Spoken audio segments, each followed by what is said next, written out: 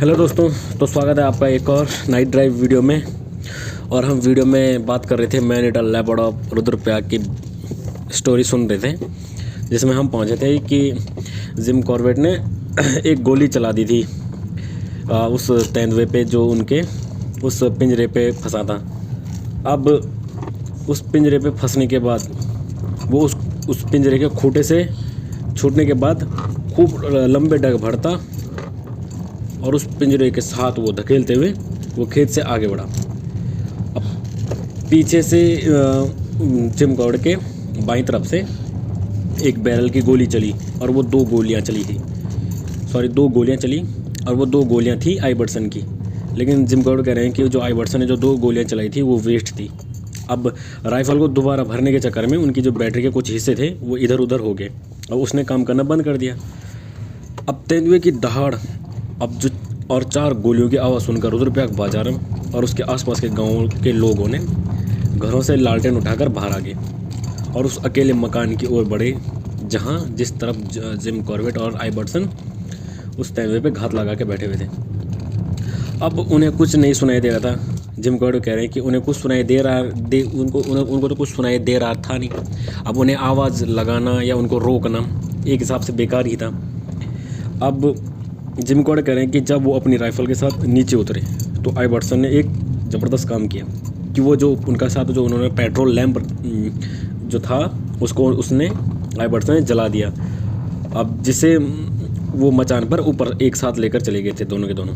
अब रस्सी के सहारे वो पेट्रोल वाला लालटेन उन्होंने जिम कॉर्बेट को नीचे दिया। उसके बाद आइवर्सन भी ज़मीन पर आ गए। अब जिम कॉर्बेट कह रहे हैं कि वो दोनों उस दिशा में आगे बढ़ गए जिस तरफ वो तेंदुआ गया था। अब आधे खेत तक पहुंचते ही एक चट्टान जमीन से ऊपर आई हुई थी और आइवर्सन अपने सिर के ऊपर भारी लालटेन को पकड़ के चल रहे थे और जिम कॉर्बेट अपने कंधे पर बंदूक को लेकर। अब ऊपर चट्टान की दूसरी तरफ जमीन थोड़ा सा नीचे की ओर थी। अब उस नीचे वाले हिस्से पर उनकी तरफ आइवर्सन और जिम कॉर्बेट की तरफ एक घुर्राती हुई आवाज़ आई और वो उनकी तरफ मुँह करके बैठा हुआ था और घुर्रा रहा था वो तेंदुआ। अब जैसे ही वो घुर्रा रहा था तो जिम कॉर्बेट ने उसके सिर के अंदर गोली मार दी। अब उस तेंदुए के सर के अंदर गोली के घुसते ही कुछ मिनट बाद अब वो उनके चारों तरफ जिम कॉर्बेट आइवर्सन की तरफ जितने भी लोग थे गांव वाले उन लोगों की भीड़ जमा हो गई।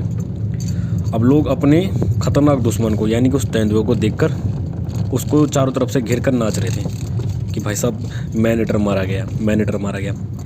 अब जो जानवर उनके सामने लेटा हुआ था जिम कॉर्बेट के वो था एक बड़ा और मेल तेंदुआ और बड़ा नरबाग था। अब जिसने पिछली रात आदमी का शिकार पाने के लिए एक मकान के भीतर लकड़ी की दीवार को तोड़ने की कोशिश की थी। जिसको ऐसे क्षेत्र में गोली लगी थी जिस क्षेत्र में उस तेंदुए ने दर्जनों इंसानों को मारा था। और अब इस सब को देखते हुए ऐसा लगता था कि वो मैन ईटर ही था। अब जिम कॉर्बेट का कहना है कि वो खुद को विश्वास नहीं दिला पा रहे थे कि वो जानवर वही था जिसे जिम कॉर्बेट ने उस रात को देखा था, जिस रात वो एक महिला की जो उसका शिकार उसकी देह के ऊपर वो लोग खड़े थे, पेड़ पर बैठे हुए थे जिम कॉर्बेट उस तेंदुए का घात लगा के। अब लेकिन जिम कॉर्बेट कहने की लेकिन फिर भी वो इस बात से अपने आप को सेटिस्फाइड नहीं कर पा रहे थे कि जिस जानवर को इस वक्त लकड़ी के खंभे से बांधा जा रहा है क्या वो मैन ईटर था। अब आइवर्सन आगे चल रहे थे। उसके बाद तेंदुए को ले जाने वाले कुछ लोग और उसके पीछे बहुत सारे लोग भीड़ लगा के चल रहे थे। अब वो रुद्रप्रयाग मार्केट होते हुए इंस्पेक्शन बंगले पहुँचे। अब जिम कॉर्बेट कहने की जब वो भीड़ के पीछे पहाड़ी से नीचे उतर रहे थे तो वो एक अकेले ऐसे आदमी थे जिन्हें बिलीव नहीं हो रहा था कि रुद्रप्रयाग का मैन ईटर मारा गया है। अब उनके ध्यान में एक घटना अब जिम कॉर्बेट कह रहे हैं कि उनके इस घटना को देखते हुए उनका एक जो ध्यान है वो एक घटना की तरफ चले गया जब वो छोटे से थे और वो अपने सर्दियों वाले घर के पास उनके ये जो घटना घटी थी जिस घटना के बारे में वो सोच रहे थे इस घटना को देखी वो उनके घर के सर्दियों जो उनका सर्दियों वाला घर था उसके पास ही घटी थी। अब उस घटना का जिक्र उन्होंने कह रहे हैं कि जिम कॉर्बेट कह रहे हैं कि उस घटना का जिक्र उन्होंने बाद में एक किताब में, जिस किताब का नाम था ब्रेव ड्रीड्स, बहादुरी के कारनामे, जिस किताब का नाम है बहादुरी के कारनामे, उसमें भी देखा था। और वो कह रहे हैं कि वास्तव में वो सबसे ज़्यादा बहादुरी का काम भी था। अब वो कह रहे हैं कि घटना 2 इंसानों के साथ घटी थी। भारतीय जो इंडियन सिविल सेवा के स्मीटन और जंगलात विभाग के ब्रेडवुड के साथ हुई थी। अब ये 2 नाम हैं, स्मीटन जो भारतीय सिविल सेवा के और जंगलात विभाग के ब्रेडवुड के साथ हुई थी। अब वो उन घटना के बारे में बता रहे हूँ, जिम कॉर्बेट उन घटना के बारे में बता रहे जो उन्होंने उनके साथ घटी हुई थी वो बचपन में। अब वो कहने कि वो एक अंधेरी और तूफ़ानी रात थी। उस टाइम ट्रेनें भी नहीं चलती थी। अब ये दोनों लोग ये ब्रेडवुड और स्मीटन एक डाक गाड़ी में मुरादाबाद से कालाडूंगी जा रहे थे। कालाडूंगी दोस्तों उत्तराखंड में ही है। अब जैसे ही वो एक मोड़ पर पहुँचे तो उनके सामने एक पागल हाथी ने उन पर हमला कर दिया। अब जो ड्राइवर और दोनों, अब उस पागल हाथी ने ड्राइवर, उस घोड़े वाली जो उनका जो वो था, उस ड्राइवर को और उसके जो दोनों घोड़े थे उसको मारने के बाद जो पागल हाथी था उसने उस गाड़ी को उलट दिया। अब ब्रेडवुड था उसके पास राइफल थी। अब उसने खोल से उसे बाहर निकाला और उसमें गोली भरी, और जैसे उसने गोली भरी ब्रेडवुड ने तो स्मीटन ने गाड़ी पर चढ़कर उसके सॉकेट से पूरा एक लैंप लेकर उठा दिया। अब स्मीटन ने एक हल्की रोशनी के उस तेल वाले लैंप को सिर पर उठाया और हाथी के पास ले जाकर उसके माथे पर रोशनी, उसके लाइट का फोकस डाल दिया ताकि ब्रेडवुड हाथी के माथे पर निशाना दाग सके। अब ऐसे में तो कंफर्म था कि वो एक पागल हाथी। अब उनका कहना है कि ऐसे में कंफर्म नहीं कहा जा सकता है कि एक पागल हाथी और एक तेंदुए या फिर एक बाघ में बहुत फ़र्क होता है। फिर भी ऐसे बहुत कम लोग हैं जो दर्द से पागल एक तेंदुए तक जाने की एक हिम्मत उठाई। अब ये तेंदुआ वाकई दर्द से पागल था, क्योंकि बाद में वो कह रहे हैं कि जिम कॉर्बेट कह रहे हैं कि तेंदुआ वाकई में दर्द में पागल हो गया था, क्योंकि इसने जब ये पिंजरे में इसको फंसाया गया था तो इसने अपना पंजा छुड़ाने के लिए अपना पंजा तोड़ दिया, और वो पंजा केवल वो जो उनका उस तेंदुए का जो पंजा था वो केवल एक खाल की एक पतली सी लकीर पर अटका था। अब ऐसी दर्दनाक पीड़ा के साथ पागल तेंदुए के सामने सिर पर लैंप उठाकर चलना, और वो भी केवल एक ऐसे साथी की गोली पर निर्भर रहना, एक खतरनाक काम भी हो सकता है। अब ये जो घटना घटी थी उनका जो दिमाग में चल रही थी ये ब्रेडवुड और स्मीटन के, तो वो अपनी इस घटना के साथ उस घटना को जोड़ रहे हैं। अब जिम कॉर्बेट कहने की कई सालों में पहली ऐसी रात थी जब बाज़ार में हर एक घर के दरवाजे खुले थे और जितने भी महिलाएं और बच्चे थे वो दरवाजे पर खड़े हो रहे थे। अब उनके लिए आगे बढ़ना मुश्किल हो रहा था, क्योंकि हर कुछ कदम पर तेंदुए को ज़मीन पर रखा जा रहा था, उस मैनेटर को, जो ये लोग समझ रहे थे, ताकि जितने भी भीड़ लगाए, जितने भी बच्चे हैं उसे करीब से देख सकें। अब बाज़ार की लंबी गली के आखिरी कोने पर भीड़ उन जिम कॉर्बेट और उस जो तेंदुए को ले जा रहे थे उनसे भीड़ अलग हो गई। अब जितने भी उस तेंदुए को ले जा रहे थे वो खुश होकर उसको इंस्पेक्शन बंगले में ले गए। अब जिम कॉर्बेट कह रहे कि जिम कॉर्बेट और आइबर्सन जो उन्होंने शिविर लगाया था, उन्होंने जो टेंट लगाया था, वहाँ से उन्होंने मुँह हाथ धोने के बाद इंस्पेक्शन बंगले पर गए। अब रात को डिनर करने के बाद वो लोग इस बात पे तर्क वितर्क कर रहे थे कि जिस तेंदुए को उन्होंने मारा है क्या वो मैनेटर था या नहीं। अब वो इस कन्फ्यूज़न में थे कि क्या इसको मैनेटर घोषित करना है या नहीं करना है। ये जिस बात पे जो भी डिसीजन निकालना था, वो इस डिसीजन को लेके उन्होंने कहा कि इसको हम बाद में देख लेंगे, क्योंकि आइबर्सन को अपने काम से पौड़ी वापस जाना था। और जिम कॉर्बेट का कहना भी था कि वो लंबे समय से रुद्रप्रयाग में रहकर थक गए हैं। अब उन्होंने कहा कि दोनों ने मिलकर डिसीजन लिया कि वो अगले दिन तेंदुए की खाल निकालेंगे और उसे सुखाकर एक दिन बाद जो उनका टेंट वगैरह था उन्होंने लगा रखा, उसको उखाड़ कर वो भी पौड़ी चले जाएंगे। अब सुबह होते ही, सुबह से लेकर और शाम तक जितने भी आसपास या दूर दूर के गांव के लोग तेंदुओं को देखने आते रहे। अब इनमें से बहुत सारे लोग ऐसे थे और इस बात को जोर दे रहे थे कि उन्होंने इस तेंदुए को पहचान लिया है कि ये तेंदुआ है ये मैन ईटर ही था। अब उनका ऐसा कहने से जो आइबर्सन थे, जो आइबर्सन का मानना था कि भाई ये मैन ईटर है, हमने मैन ईटर को मार दिया, लेकिन जिम कॉर्ड का तो मानना था नहीं। लेकिन आइबर्सन का मानना जो था कि ये मैन ईटर है, उन जितने भी उन लोगों के जितने भी वो दूर दराज से जो लोग कह रहे थे कि आकर कि हमने पहचान लिया है कि ये मैन ईटर है, तो वो उस बात को लेकर जो उनका विश्वास था आइबर्सन का कि भाई कि ये मैन ईटर ही था। और जो जिम कॉर्ड है कि तुम गलत हो भाई कि ये मैन ईटर नहीं, ये मैन ईटर था, जो तुम सोच रहे हो कि ये मैन ईटर है या नहीं है, वो जिम कॉर्ड को गलत ठहरा रहे थे। अब जिम कॉर्बेट ने आइबर्सन को कहा चलो कोई बात नहीं, इस बात को मान लेते हैं, लेकिन उन्होंने उनके सामने दो रिक्वेस्ट रखी। उन्होंने आइबर्सन के सामने 2 रिक्वेस्ट रखी कि अगर ये मैन ईटर हो या ना हो इस बात से वो बाद में देख लेंगे। लेकिन उन्होंने दो रिक्वेस्ट करी थी कि अभी भी अगर ये मत सोचना गांव वालों के लिए कि हमने अगर ये तेंदुए को मार दिया, कि तुम ये मत सोचो कि अब मैन ईटर मर चुका है तो तुम खुले में घूम सकते हो। तुम्हारे लिए फिर भी उस तरीके का अपने आप को प्रोटेक्टिव रखने का अपने आप को एक सजग रखना है कि भाई मैन ईटर आया है, मैन ईटर अभी भी हो सकता है। अब दूसरी बात ये थी कि उन्होंने सरकार को जो मैन ईटर के बाद जो उन्होंने मैन ईटर को मारे जाने की जो खबर थी उसको जो उन्होंने वो तार यानी कि जो उन्होंने लेटर लिखना था उसको रोक दिया था कि उन्होंने मैन ईटर मार दिया है जी। अब उस रात वो लोग जल्दी सो गए क्योंकि उन्हें सुबह जल्दी पौड़ी निकलना था। अब सिर्फ जिम कॉर्ड अंधेरे में ही उड़ गए और बाथरूम में ही थे। तो जैसे वो बाथरूम में गए तो बाथरूम में ही थे उसी टाइम सड़क थोड़ी दूर पे सड़क पर से एक आवाज़ सुनी उन्होंने। अब ये आवाज़ एक कोई असामान्य नहीं थी।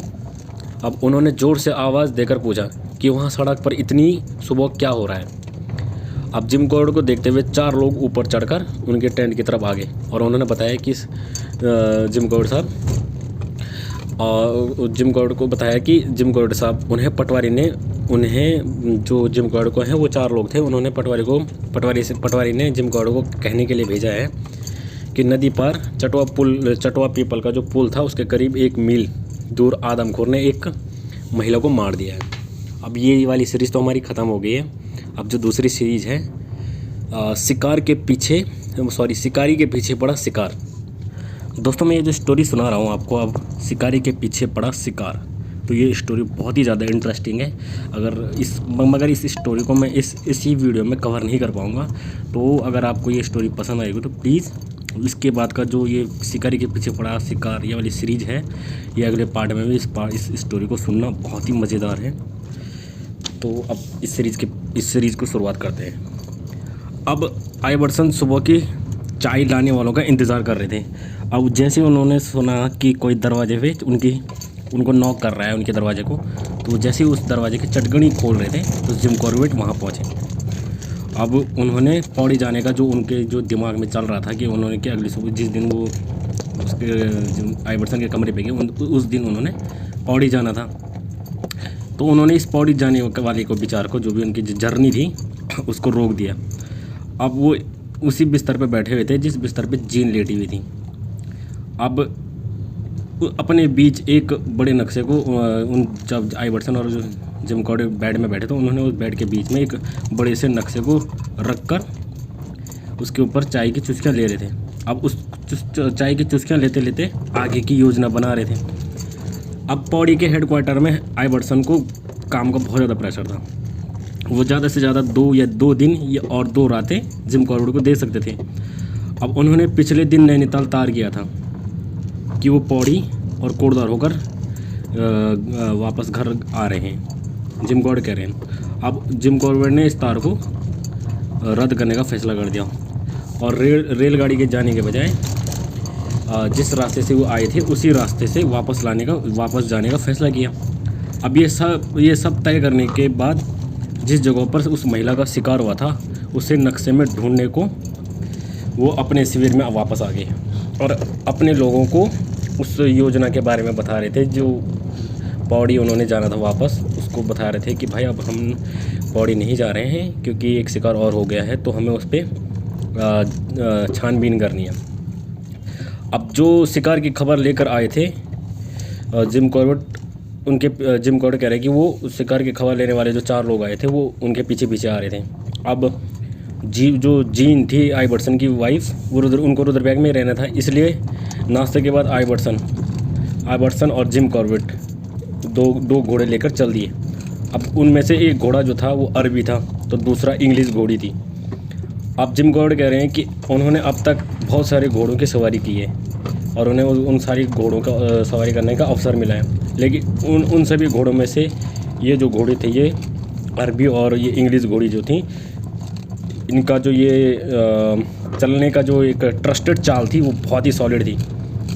अब उन्होंने अपनी राइफ़ल, जिम कॉर्बेट ने अपनी राइफ़ल और नीली फ्लेम वाली जो स्टॉव होती है और एक पेट्रोल लालटेन और कुछ खाने पीने की जो चीज़ें होती है, बेसिक चीज़ें, वो उनको देकर अपने साथ चल दिए।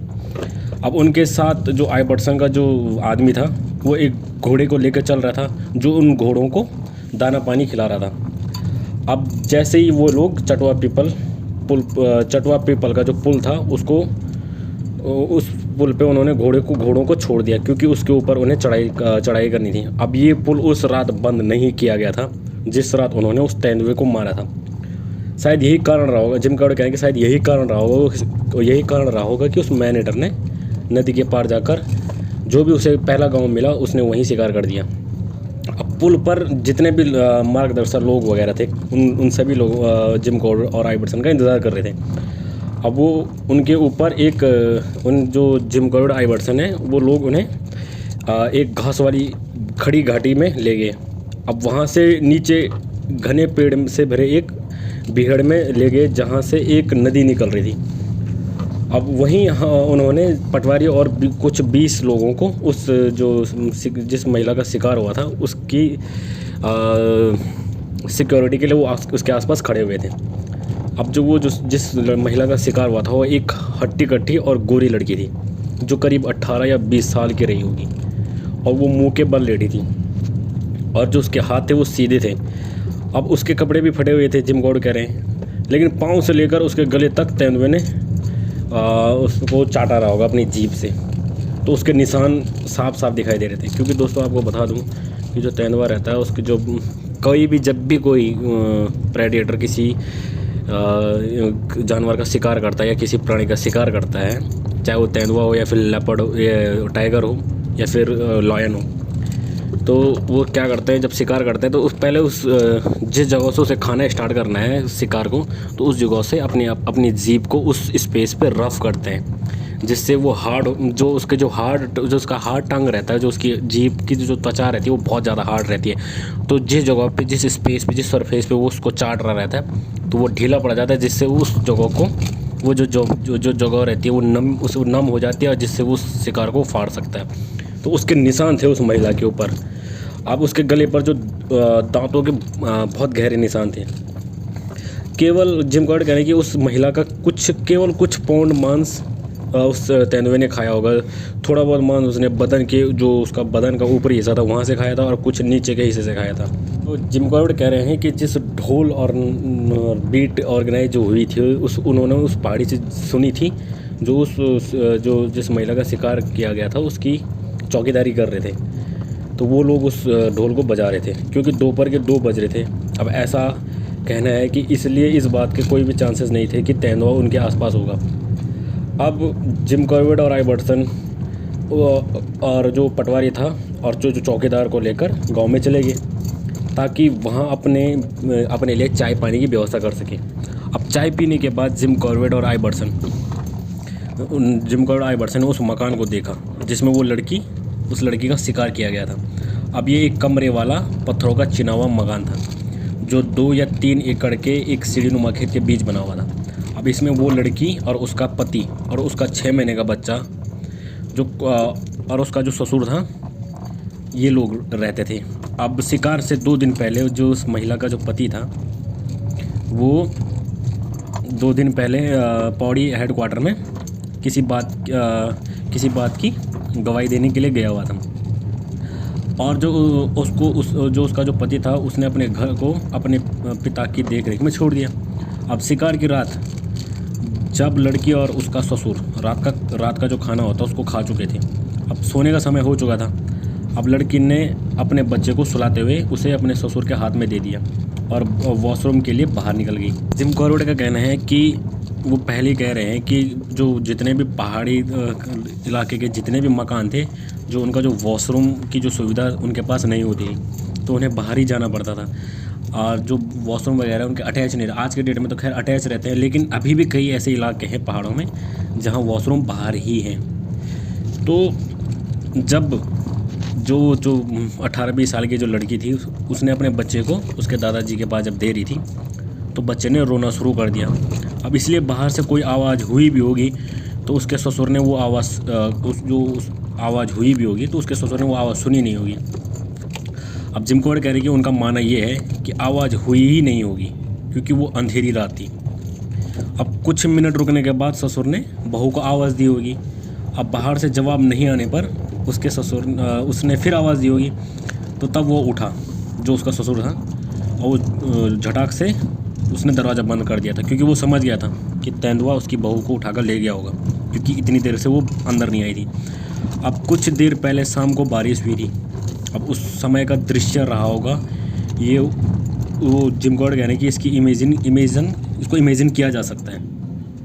अब बारिश बंद होने के कुछ देर बाद ही तेंदुआ गांव की तरफ ऐसे आया होगा। वो जो इमेजिन है वो ऐसे इमेजिन कर रहे हैं। अब वो दरवाजे के बाईं तरफ करीब 30 गज दूर खेत में एक चट्टान के पीछे दबे पांव पहुंचा होगा और पॉसिबिलिटी रही होगी कि वो आदमी और लड़की को बातचीत करते हुए सुनकर वहाँ कुछ देर रुका होगा। अब जब लड़की ने दरवाज़ा खोला और दाईं तरफ आकर तेंदुए की ओर पीट करके ज़मीन पर बैठी होगी, तभी चट्टान पर पहुंच चुका होगा और तेंदुआ जो 20 फुट तक दबे पांव और पेट को ज़मीन से लगाए हुए मकान की दीवार की छोर तक पहुंचा होगा। अब जहां से दीवार से सटकर सरकते हुए अचानक उसने लड़की को पीछे से पकड़ा होगा और चट्टान तक घसीटता हुआ ले गया होगा। अब जब लड़की जो लड़की थी वो मर चुकी होगी, तब पॉसिबिलिटी रही होगी आदमी ने आवाज़ दी होगी। अब तेंदुए लड़की को पकड़ चुका होगा क्योंकि हाल ही में जोते गए खेत में हाथ या पाँव के निशान नहीं थे, क्योंकि जिस खेत से वो लेके गया होगा तो उस खेत में किसी भी चीज़ के निशान नहीं थे। अब इसका मतलब था कि वो लड़की को खेत के पार और फिर 3 फुट ऊंचे भीड़े या फिर जिसे दीवार कह सकते हैं उसके ऊपर लेकर गया होगा और दूसरे खेत से 12 फुट आगे एक नीचे की तरफ एक पगडंडी की तरफ मुंह उठाकर ले गया होगा। अब ये 12 फुट की दीवार जो आप कह रहे जिम कॉर्बेट कह रहे हैं, जो 12 फुट की जो दूरी जो थी उस हट्टी कट्टी लड़की को मुंह में दबाकर उसे छलांग मारकर उसने वो तय करी होगी। अब उसकी इसी बात से ताकत का अंदाज़ा लगाया जा सकता है कि जब उसने छलांग मारी होगी तो वो पगडंडी पर पहुंचा होगा और लड़की के शरीर का कोई हिस्सा भी ज़मीन पर नहीं लगा होगा। अब पगडंडी को पार करने के बाद वो आधा मील नीचे पहाड़ी पर उस स्थान पर पहुंचा जहां पर उसने उस लड़की के कपड़े फाड़े होंगे। अब कुछ मांस खाने के बाद घनी बेलों से लदे एक पेड़ के नीचे हरी घास पर उसने लड़की को छोड़ दिया होगा। अब जिम कॉर्बेट कह रहे कि हम करीब 4 बजे पेट्रोल लालटेन यानी कि जिसे कहते थे पेट्रोमैक्स और शूटिंग लाइट लेकर उस शिकार की देह के पास पहुंचे थे ताकि तेंदुए पर घात लगाई जा सके। अब दोस्तों इससे जो आगे की स्टोरी है वो मैं अगले वीडियो में कवर करूँगा। अगर आपको स्टोरी पसंद आई होगी तो प्लीज़ इस वीडियो को लाइक करें और 1K प्लीज़ दोस्तों प्लीज़ 1K चैनल को सब्सक्राइब करा दो यार भाई, 1K के काफ़ी करीब है, तो फटाफट से चैनल को सब्सक्राइब करें। बाकी मिलते हैं हम आपको अगली वीडियो में, तब तक के लिए धन्यवाद। जय हिंद, जय भारत और जय उत्तराखंड।